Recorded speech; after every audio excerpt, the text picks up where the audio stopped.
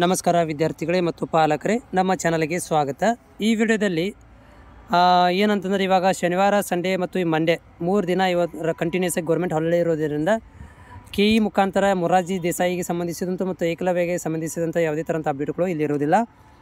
ಅದಾದ ಮೇಲೆ ನಂತರ ಏನಪ್ಪ ಅಂತಂದರೆ ಈಗ ಅಲ್ಪಸಂಖ್ಯಾತರ ಇಲಾಖೆಯಿಂದ ಏನು ಒಂದು ಅಲ್ಪಸಂಖ್ಯಾತರ ನಿರ್ದೇಶಾಲಯದಿಂದ ಏನು ವಿದ್ಯಾರ್ಥಿಗಳಿಗೆ ಒಂದು ಎಕ್ಸಾಮ್ ಅದರ ಬಗ್ಗೆ ಮಾಹಿತಿ ಬೇಕಾಗಿತ್ತು ಮತ್ತು ವೆರಿಫಿಕೇಷನ್ ಲಿಸ್ಟ್ ಒಂದು ಬೇಕಾಗಿತ್ತು. ಇವಾಗ ಏನು ನೀವು ಅರ್ಜಿಗಳನ್ನು ಹಾಕಿದಿರಿ ಅದು 10ನೇ ತಾರೀಕಿಗೆ ಕ್ಲೋಸ್ ಆಗಿದೆ.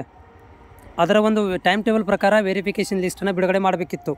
ಯಾರು ಅರ್ಹತೆಯನ್ನು ಪಡೆದಿದ್ದಾರೆ, ಯಾರು ಅರ್ಹತೆಗಳನ್ನು ಪಡೆದಿಲ್ಲ ಅಂಥೇಳಿ.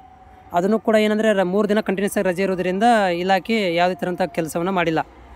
ಅದು ಕೂಡ ಬರಬೇಕಾಗಿದೆ. ಜೊತೆಗೆ ಎಕ್ಸಾಮ್ ಟೈಮ್ ಟೇಬಲ್ ಬರಬೇಕಾಗಿದೆ, ಯಾವಾಗ ಎಕ್ಸಾಮ್ ಮಾಡ್ತಾರೆ ಅಂಥೇಳಿ. ಯಾಕಂದರೆ ಈಗ ಹಳೆಯ ಸ್ಕೆಡ್ಯೂಲು ಚೇಂಜ್ ಆಗುತ್ತೆ. ಯಾಕಂದರೆ ಅದರ ಪ್ರಕಾರ ಇಷ್ಟೊತ್ತಿಗೆ ಎಕ್ಸಾಮ್ ಆಗಬೇಕಿತ್ತು. ಆದರೂ ಸ್ಕೆಡ್ಯೂಲ್ ಚೇಂಜ್ ಆಗುತ್ತೆ. ಅದು ಸ್ಕೆಡ್ಯೂಲ್ ಚೇಂಜ್ ಆಗಿರೋ ಬಗ್ಗೆ ಕೂಡ ಮಾಹಿತಿ ಬರಬೇಕಾಗಿದೆ. ಸೊ ಅದರ ಜೊತೆಗೆ ಏನಪ್ಪ ಅಂತಂದರೆ ಇವಾಗ ಮೊರಾರ್ಜಿ ದೇಸಾಯಿದು ಮೊದಲನೇ ಸುತ್ತಿಂದು ಕೂಡ ಬರಬೇಕಿತ್ತು. ಬಟ್ ಈಗ ಏಕಲವ್ಯವನ್ನು ರಿಲೀಸ್ ಮಾಡಿದ್ರಿಂದ ಆ ಏಕಲವ್ಯ ಒಂದು ವಸತಿ ಶಾಲೆಗಳ ಕೌನ್ಸಿಲಿಂಗ್ ಪ್ರಕ್ರಿಯೆ 19ಕ್ಕೆ ಮುಗಿತೆ. 19ಕ್ಕೆ ಮುಗಿ ತನಕ ಯಾವುದೇ ಥರಂಥ ಒಂದು ಕೌನ್ಸಿಲಿಂಗ್ ಪ್ರಕ್ರಿಯೆ ಅಂದರೆ ಮೊರಾರ್ಜಿ ದೇಸಾಯಿದು ಮಾಡೋದಿಲ್ಲ ಅಂತ ಈಗ ಕ್ಲಾರಿಫಿಕೇಷನ್ ಆಗಿದೆ.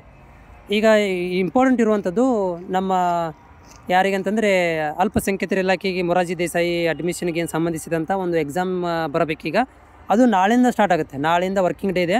ನಾಳೆ ನಾಡ್ದು ಮತ್ತು ಗುರುವಾರ ತನಕನೂ ಮಂಗಳವಾರ, ಬುಧವಾರ, ಗುರುವಾರ ತನಕನೂ ವರ್ಕಿಂಗ್ ಡೇ ಇದೆ.